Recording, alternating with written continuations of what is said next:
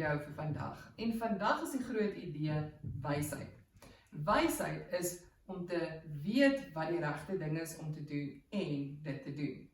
En julle gaan nie glo wie is hier om saam met ons vandag te gesels oor wysheid nie. Ek wonder of julle koning Dawid ken. Ken julle hom? Hy was 'n baie bekende koning en sy seun se naam was Salomo. En toe Dawid doodgaan, het Salomo die nuwe koning geword. En vandag is Salomo hier om saam met ons te kom praat oor wysheid. Baie welkom meneer Salomo. Dit is 'n groot voorreg om jou hier te hê. Ja, dit is. So, kom ons gaan vandag vir al ons vriende by hulle huise vertel wat het met jou gebeur net voordat jy koning geword het. So, onthou jy toe jou pa dood is, Ja. toe het jy na die dorpie Gibeon toe gegaan. Kan jy onthou wat het jy daar gedoen? Nee, het was 'n baie lang. Ag, gaan jou herinner. So, jy het sien toe gegaan om offers aan die Here te bring. Nie 5 offers nie 10 offers nie, 'n hele 1000 offers. So, wys gou hoe lyk dit as jy 1000 offers na die Here toe bring. So, sit hom neer, buig, sit hom neer. Ja, dit het baie lank gevat en dit was net een van die maniere wat Salomo gewys het dat hy regtig lief was vir die Here. Maar kan jy dink na 1000 keer van sit die offer neer, kom Salomo, sit die offer neer, gaan haal nog 'n offer, sit die offer neer, gaan haal nog 'n offer, sit die offer neer. Ons het nog nie eens 10 keer gedoen nie en ek is gedaan. So, toe het Salomo, toe jy so 'n bietjie gaan slaap. Kom ons help jou. Hierdie was hierso, daar sy, lekker.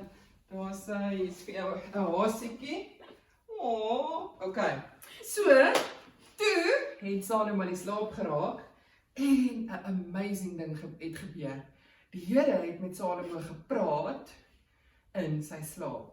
En die Here het vir Salomo gevra, Salomo, wat is dit wat jy die graagste wil hê? Jy kan enigiets voorvra en ek sal dit vir jou gee.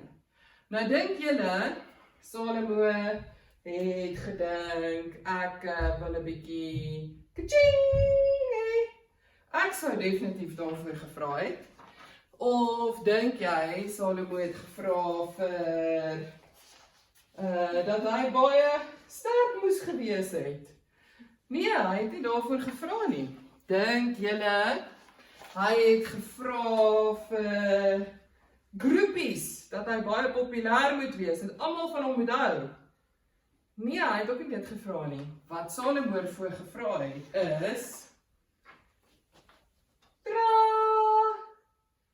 julle het dit reg, wysheid.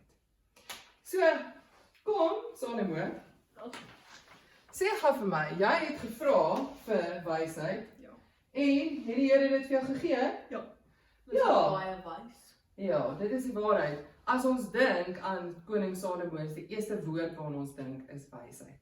So vandag se lesie vir julle is dat net soos wat Salomo vir die Here kon vra om vir hom te wys wat is die regte ding en die krag gee om die regte ding te doen, net so kan ek en jy vir die Here bid en vra vir wysheid.